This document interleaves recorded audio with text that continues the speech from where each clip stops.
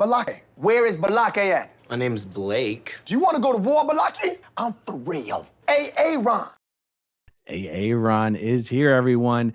Leah Remini wants to go to war, and that's exactly what she's doing with Scientology. And she is holding her ground. I know it's late, guys. It's 9 p.m. East Coast time. You know, I couldn't just do one video today. I had to do at least two.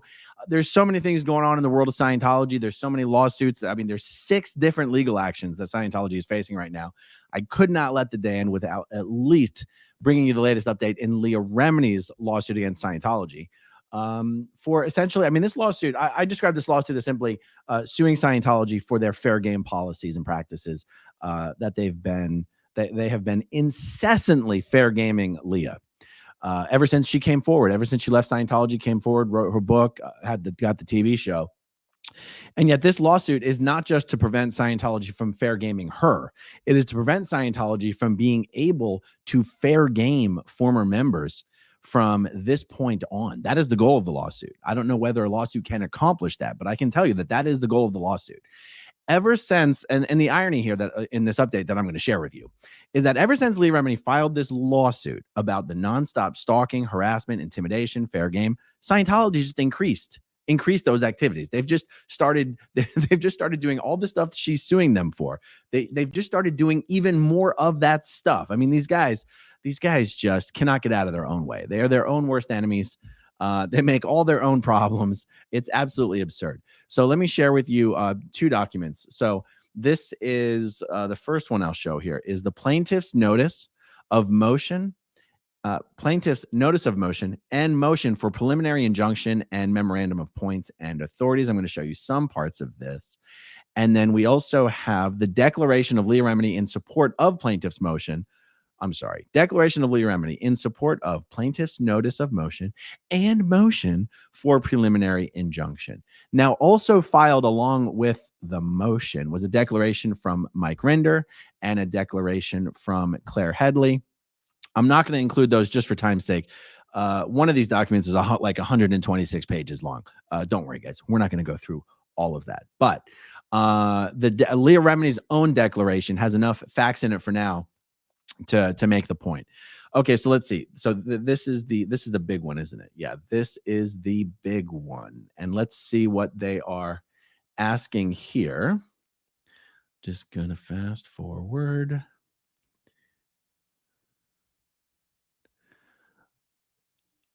For the purposes of this document, we're going to skip like the argument itself because a lot of that is covered in Leah Remini's declaration. But let's take a look at this. Plaintiff will suffer, and the plaintiff is Leah. Plaintiff will suffer irreparable harm absent injunctive relief. Ms. Remini, her family, close friends, and professional colleagues have been subjected to escalating levels of harassment and stalking since the inception of this action. These efforts, it's actually harder to read highlighted, so I won't highlight it. These efforts against Ms. Remini and others are consistent with Scientology's history of badgering and intimidating those who challenge Scientology or its conduct, including especially litigants and witnesses, many of which are detailed in the facts herein. Scientology policies include exhaustive orders and battle tactics, commanding followers to ruthlessly attack and destroy whistleblowers or advocates for those who leave Scientology. While Ms. Remini has been subjected to these attacks since the moment she departed Scientology in 2013, Scientology has escalated its attacks on Ms. Remini since the filing of her complaint and has included in the realm of its assaults those close to her. Multiple examples exist of Scientology members or agents harassing and defaming plaintiff and those close to her on the internet and social media platforms. For example, the Expose Network, a known agent of Scientology, tweets daily defamatory statements related to Ms. Remini. Many of these falsely charge Ms. Remini with inciting heinous crimes against Scientology and its members. Yeah, I feel bad even showing some of the examples of stuff that Scientology tweets about Leah. It's just a non-stop slanderous libel. Which one is written? Slander is spoken, libel is written. Yeah, just honestly, in any other context, it would just be the most libelous stuff. Just really disgusting stuff. They even harass, like when Leah Remini sends tweets about the college that she goes to. Scientology will harass the college. When she tweets about nonprofit activities, that she supports. St. Jude's Children's Research Hospital. Scientology will go after the research hospital. It's really despicable behavior from a so-called religious organization. Okay, now let's look at Leah's declaration here. Okay.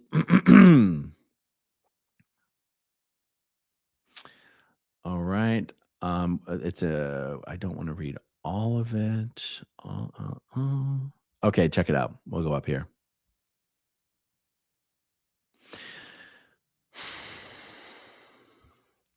Okay, as detailed in my complaint, the defendants in this action have for nearly 2 decades engaged in a campaign to utterly destroy my life as well as the lives of those close to me, as directed by the teachings of Scientology. The acts within this campaign have been in many forms and are delivered both electronically via social media and other internet websites, and personally in threats to me and those close to me. The harassing and defamatory acts disseminated by these defendants number in the tens of thousands and continue to be circulated daily via various websites, Twitter, and multiple other electronic media. In these attacks, Scientology operatives harass not only me and those close to me, but also advertisers who run ads during any show associated with me. These tactics are directly from Scientology teachings and are a type of psychological warfare to terrorize those who speak out against Scientology. I just want to make sure my mic is good. Mic is good. Okay. 5, the directives by Scientology, and specifically David Miscavige, have been carried out by operatives within Scientology and third parties hired by Scientology to perform specific acts of harassment, defamation, or stalking. Since the filing of my complaint, Scientology's attacks of me and those close to me have escalated to a much greater degree than ever before. As detailed below, the recent attacks also involve my mother and sister, who have been threatened, harassed, stalked by Scientology operatives. The defamatory social media attacks against me have escalated dramatically. The number of different accounts, all managed by Scientology agents, has risen to nearly 200, with each posting defamatory statements at least once daily. Absolutely incredible. A small sample of some of the more aggressive social media attacks that were published since my complaint are included in my motion for preliminary injunction. And I just realized I never showed you the end of the motion for preliminary injunction that describes exactly what they're asking for. So we'll get back to that as soon as I finish with this. I have strong reason to believe attempts have been made to unlawfully enter my gated neighborhood again. On August 28th, I opened the gate for a friend who was visiting and arrived by Uber. The gate is clearly marked with a no trespassing sign and instructions that cars should not follow others through the gate. The car behind her attempted to follow her through the gate before it closed completely and became wedged in the gate. The Uber driver noticed this attempt and stopped for his car to prevent the unknown driver from entering. The unknown driver, a man not known to me or my friend, then left his vehicle, aggressively confronted the Uber driver, and said he was with Amazon and needed entrance through the gate. The man was in an unmarked vehicle and wore no uniform.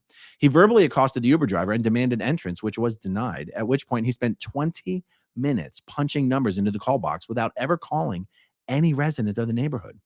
Failing this attempt, he backed into the driveway of a nearby neighbor, where he thought he was hidden from view of the cameras. The Uber driver and my friend believed he had been in the driveway the whole time waiting to gain entry, as they had not seen anyone come up the street behind him. After 10 minutes, he sped away. These events were reported to the property manager and the LAPD. I believe Scientology agents were sent to my mother's home as a threatening message to me. On September 3rd at 5 a.m., 2 men approached my mother's front door of her home. My mother lives up a steep hill on a dead-end street, and the drivers of the car, 2 white men dressed in black, were captured on her home surveillance camera, surveilling the home while talking on a mobile phone. After knocking on the door, the 2 men who parked on the side of the street down the hill departed the area. On September 10th, a window at my mother's diner, Vivian's, was broken sometime in the night. This week, my sister received on her personal cell phone text messages from someone claiming to be an acquaintance, asking for my contact information. Jesus. My finances have come under attack since the filing of my complaint. At least 3 of my credit cards and 2 belonging to my assistant who makes purchases for my business have been hacked. I've had to take steps to cancel these cards and notify vendors of the cancellations. My accountant informs me that this level of hacking of one individual is highly unusual. I rely on these credit cards to maintain my business, and any disruption in service comes at a financial cost to me. I maintain an Instagram account and have 3.6 million followers. The social media platform and my followers are important to me. Scientology operatives have, since the filing of my lawsuit, made efforts to damage my Instagram account. Various individuals believed to be connected to Scientology have submitted complaints to Instagram about me and my posts, particularly those mentioning my lawsuit and flagging those posts as hate speech. Should these attacks continue, I could risk losing the ability to advocate for victims of heinous acts via this tremendous platform. Additionally, since the filing of my complaint, individuals who are close to me have been attacked by Scientology. A nonprofit organization, the Aftermath Foundation, formed after the airing of my docuseries, Leah Remini, Scientology in the Aftermath, and comprised of individuals who want to help provide support to those choosing to leave Scientology, has been the subject of malicious attacks believed to be designed to destroy the nonprofit and its purpose. My colleague and friend Mike Rinder has been stalked along with his wife and 16-year-old son near his home in Florida, exposing him to harassment and dangerous encounters with the Scientology operative. On one occasion, the driver of a vehicle following Mr. Rinder and his family performed a dangerous and illegal U-turn in his large vehicle during the stalking event. 2 unknown individuals went to my manager's home last week. Neither were wearing shoes, and she thought they were homeless and unwell. They were loitering, standing outside her property, watching her home. She was immediately concerned for her safety, believing they were sent there from Scientology to intimidate her. When she asked what their business was at her home, they said something non-discernible about her dogs. This caused her greater concern, considering she has heard stories about Scientology operatives poisoning people's dogs. A friend, a former Scientologist to whom I provided public support, also recently had an unauthorized $12,000 debit to her business account. Scientology and its operatives have, since I left Scientology, subjected me to harassment, stalking, and other abuses. While I've complained about these attacks in public forums, the offenses have been unilateral, as I have not in turn harassed Scientology or those associated. Since the filing of my lawsuit, these attacks have escalated dramatically and have now more than ever focused not only on me, but my family members, my friends, and my professional colleagues. I have publicly asked that Scientology stop its harassment, stalking, and other attacks of me and those close to me. To date, my requests have been dismissed as these abuses continue on a daily basis. Okay, that's Leah's declaration. Now, Claire Headley submitted a declaration on behalf of the Aftermath Foundation. Mike Rinder submitted his own declaration about the harassment and following and stalking of him and his family, him and his wife and his son. So I want to jump back over to the actual ask. Give me a second here as I look for it. Okay. All right. So this is in the motion for the preliminary injunction. It says the defendant's conduct satisfies all elements of the California stalking cause of action. Defendants have for over a decade engaged in a pattern of conduct, the intent of which was to follow, alarm, place under surveillance, or harass the plaintiff. The activities of these defendants caused Ms. Remini to fear for her safety, as well as the safety of family members, friends, and professional colleagues, and suffer substantial emotional distress. Okay, good. And the actual thing here, conclusion. For the foregoing reasons, and to prevent further efforts to harass, embarrass, and intimidate plaintiff and other witnesses, plaintiff seeks an order from this court prohibiting Scientology during the pendency of this litigation from 1, posting or soliciting or directing the posting of messages that defame Ms. Remini, witnesses in her case, or others associated with Ms. Remini. 2, engaging in or directing surveillance, harassment, or other efforts to intimidate Ms. Remini, witnesses, or others associated with Ms. Remini. And 3, engaging in any efforts to hack the bank accounts, credit cards, or email of Ms. Remini, witnesses, or others associated with Ms. Remini. Plaintiff respectfully requests that the court grant the instant motion for a preliminary injunction pending trial in this action. And that is all she wrote.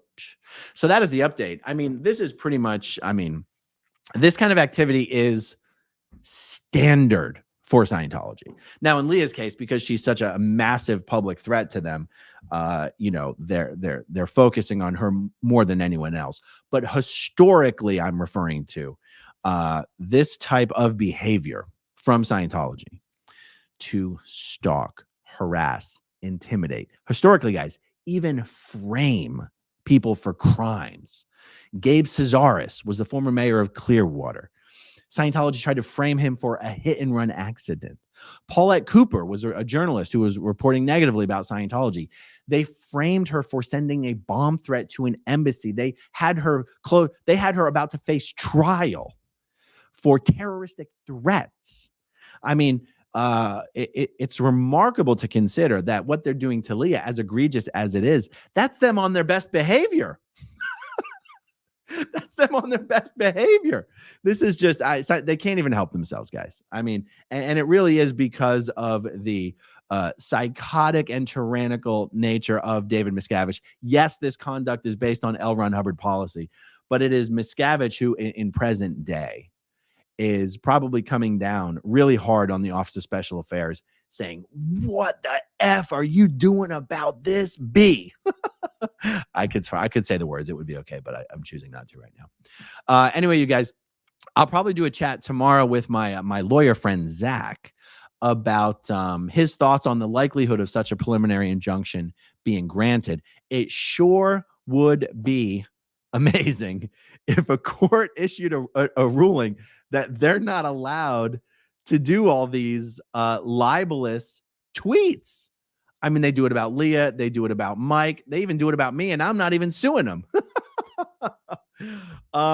So yeah, that would be pretty amazing, and actually, I think unprecedented. I'm not sure any such injunction has ever been approved in with respect to Scientology, but I'll speak with Zach about that tomorrow. All right, let's see. That definitely is all for me this evening. Let me just quickly go through the super chats, and then we'll call it a wrap. Mila Kunis. Mila Kunis, aka CO Bilf. Injunction Junction, what's your function? Prevent irreparable harm, provide non-monetary relief. There we go. The Lifeboat, Tommy Scovel himself. How you doing? Thank you, Aaron and SPTV, for all the love. Oh man, we love you, Tommy. You guys are the best. The Lifeboat is the best. And yeah, guys, check out on YouTube The Lifeboat for Tommy Scovel's channel. A favorite of this channel, that's for sure. Tom Kurt, assuming that tax exemption is taken from Scientology at some point, could a dark lining in that silver cloud be Scientology's fair game tactics being let off the leash, particularly for you out SP folk? Possibly. If the IRS were to revoke Scientology's tax exemption, on the one hand, you might go, they'll be on their worst behavior because they don't have a tax exemption to protect. On the other hand, I would argue that if the IRS revoked their tax exemption, they would actually automatically now have to be on their best behavior to get their tax exemption back. So that's an argument that I would make, but someone could make the other argument as well. Thank you for the super chat, Tom. Okay, Bill Y. Art. I will give $25 to the Aftermath Foundation if you move that stupid piece of wood behind you on your right shoulder right now. You're the only person to ever comment on that.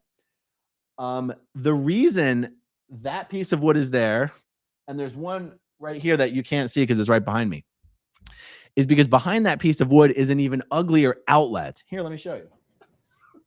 Here we go. Oh, you can't even see it. Here, I'll take your super chat down, and then I'll show you guys. See, look, it's an outlet. How ugly is that, you guys? Horribly ugly. Isn't that piece of wood so much better than that outlet? You owe the foundation $25. All right. Paulie Dunn. God believes in free will. The devil does not. Keep up the good work. Well, I'll have to take your word for it. Thank you very much. Linda Indrisi. FYI, Jason H. has launched his Safe Space channel at Scientology Philosophy. Jason, my Australian friend, Jason. I want to say Jason Havardik, but now I'm worried if I'm mispronouncing his last name. Hey, that's amazing. Jason and I have been trying to connect up to do another chat. I've been so incredibly busy. I've probably got like 6 unanswered messages from him or something. But Jason, if you're watching, let's connect up. Let's do that chat again. And I'm so glad you launched a channel. And let's promote it. So guys, well, search on YouTube for @Scientology Philosophy, and you'll find my buddy Jason. We got many more chats to do in the future.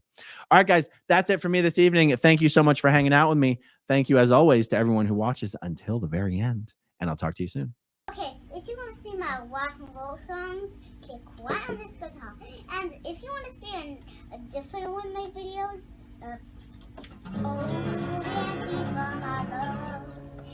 then you could click right inside here. If you have subscribed or not, subscribe right